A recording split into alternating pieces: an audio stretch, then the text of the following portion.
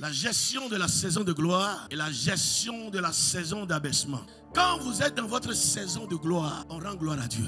C'est un moment très apprécié. Moïse a fait démontrer les 10 signes en Égypte. Et tout le peuple était ébahi. Mais ça n'a pas duré. Quand ils ont eu faim, ils ont commencé par parler contre Dieu. Quelle est cette nature de l'homme? Quand ça va, il glorifie. Quand ça ne va pas, il blâme.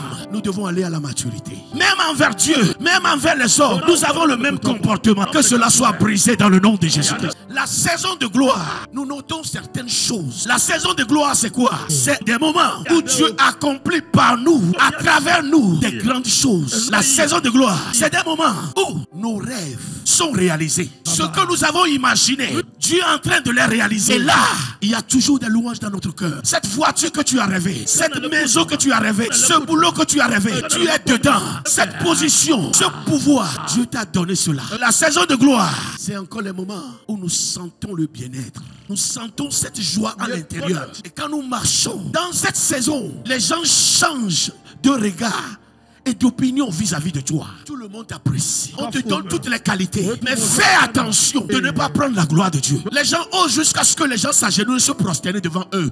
Mon frère, tu es en danger. On ne se prosterne pas devant un homme. Si quelqu'un te fait cela, dis-lui pardon. Ne me fais pas ça. Lève-toi. Prends-le par la main. Soulève-le.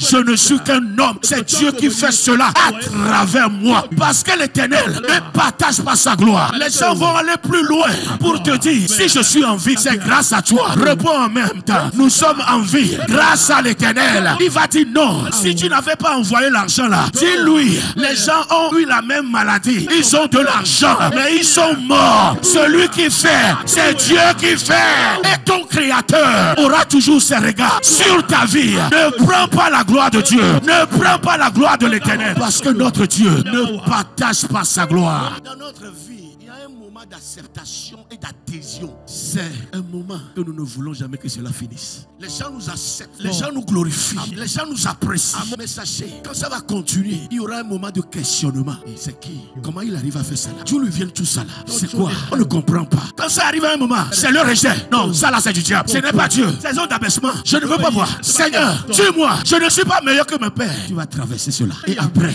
tu seras glorifié. Cher enfant de Dieu, Jésus-Christ, son ministère a été accepté. Un jour même on disait, il est différent. Comment un homme peut parler ainsi? Ses paroles sont pleines de grâce. Il leur donnait du pain à manger. Mais dans Jean 8, voilà. Tu es un témoin, toi. Ce que tu fais là, c'est avec l'esprit de Jézabel. Ils l'ont rejeté, ils l'ont tué. Mais le troisième jour, Dieu l'a ressuscité.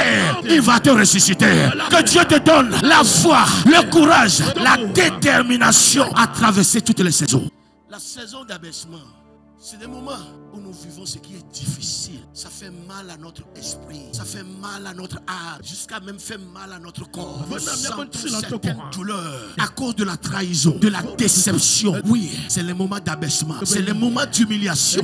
Tu commences à te poser la question sur toi. Est-ce que vraiment je dois faire le commerce? Est-ce que vraiment les études là peuvent marcher pour moi? Nous allons au-delà. Est-ce que ce mariage là, c'est mon mariage? Mais je me suis trompé. Le moment d'abaissement, ça arrive à un point. Est-ce que Dieu même existe? Tout ce que je fais là, est-ce qu'il voit cela? Je ne me trompe pas.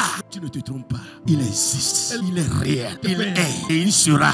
Et il sera toujours. Les moments d'abaissement, c'est les moments que nous n'aimons pas. Mais écoutez ceci. Que cela soit les saison de gloire ou saison d'abaissement, c'est Dieu qui les crée. Mais c'est ta gestion de cette gloire, de cet abaissement, qu'il doit te propulser ou bien qu'il doit te détruire. Vous devez avoir deux attitudes. Dans Ecclésiaste 7 verset 14, au jour du bonheur, réjouis-toi, sois heureux. Au jour du malheur, réfléchis. C'est là où tu trouveras la solution. Quand Dieu te bénit, quand Dieu te lève, mon frère, jouis de cela. Sois heureux, ne te prive pas. Au lieu de jouir, les gens ont en tête, si ça tombait, oublie ça. Jouis-toi de ton bonheur. Mais au jour de malheur, réfléchis. Qu'est-ce que je n'ai pas bien fait? Qu'est-ce que j'ai raté? Ce que Dieu m'a donné, j'ai fait quelle erreur? Celui qui réfléchit sur les choses trouve le chemin, trouve le bonheur. Réfléchis, ne pleure pas, ne te lamente pas, ne murmure pas. Qu'est-ce qui est arrivé? Et je suis tombé dedans. Que cela soit la saison de gloire et la saison d'abaissement. Cela révèle notre vraie identité. On ne se connaît pas. Bien que nos actions parlent plus que nos paroles, nos réactions nous révèlent plus. Nous contrôlons nos actions des fois. Mais quand quelqu'un t'énerve, le lion là, le mauvais là, ça sort. L'abaissement aussi révèle notre identité. Vous savez, Dans ton abaissement, il est toujours sur le trône. Dans ta gloire, il est toujours sur le trône. Fais confiance en lui. Même quand Dieu va te rendre puissant, que ton cœur demeure humble dans le nom de Jésus-Christ. Que tu sois toujours attaché à Dieu. C'est Dieu qui fait tout cela. Que cela soit la saison de gloire ou la saison d'abaissement, d'humiliation, ça a 3 sources. Il y a la gloire provoquée par nous-mêmes. Je veux la gloire.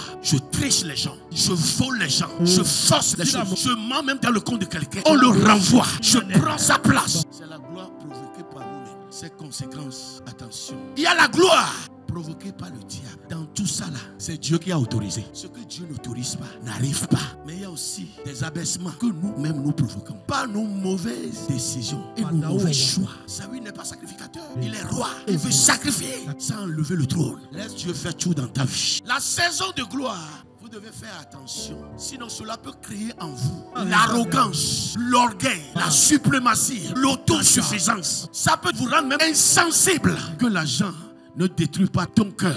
Que la position ne détruit pas ton cœur. Tu vois tout le monde zéro. Ton comportement même à l'église change. Ne laissez pas la prospérité que Dieu vous a donnée créer l'arrogance en vous. La saison d'abaissement crée aussi la frustration. Des fois même, il peut te dire, va te suicider. Écoute, c'est saisonnier, ça va passer. Rien n'est permanent. Tu vas rentrer dans une nouvelle gloire. La graine doit être enterrée. Ça doit pourrir. Mais après, ça va germer. La bonne gestion de la saison de gloire et de la saison d'abaissement dépend également de ta communion avec Dieu. Soyez vraiment intime avec le Seigneur. Pour que quand ces moments vont arriver, Dieu va vous guider. La saison d'abaissement ou même la saison de gloire, c'est un test. Que même dans ta pauvreté, est-ce que tu peux continuer par me louer? C'est un test. Quand tu vas réussir, la gloire va venir. Dans la saison de gloire, tu vas croire que tu es au top. Ce n'est pas encore le 1 centième de ce que tu veux faire. Mais quand le test va venir et tu échoues, tu seras là-bas, tu vas croire que c'est ton maximum. Ce n'est pas ton maximum, c'est ton minimum. Dieu veut faire plus que cela dans ta vie. Mais déjà, tes épaules sont en l'air. Ta tête est en l'air. Il dit ça, c'est bon pour lui. La gestion de ta saison de gloire, de ton abaissement, dépend également de ton entourage. Si tu as pour amis les gens du monde, quand tu seras dans ta saison de gloire, la boîte de nuit que tu n'as jamais été, tu vas aller. Tu vas commencer, tu vas croire que c'est cassé. Un jour, ça sera révélé. Qui t'entoure? Il faut être entouré des bonnes personnes, des gens qui ont la même foi que toi. Même quand Dieu va vous donner la gloire, veillez que vos enfants soient toujours affermis dans la maison du Seigneur. Et les gens de l'église, ce n'est pas leur classe. Attention. Qui sont ceux qui t'entourent? Si tu es mal entouré, tu vas tomber dans le trou. Si tu es bien entouré, tu seras préservé. Ce que je vais dire pour conclure, la gestion de la saison de gloire et la saison d'abaissement ne sont pas des choses que nous possédons naturellement. On ne les possède pas. Mais pour pouvoir les gérer, ça demande la grâce de Dieu. Que Dieu nous accorde cette grâce.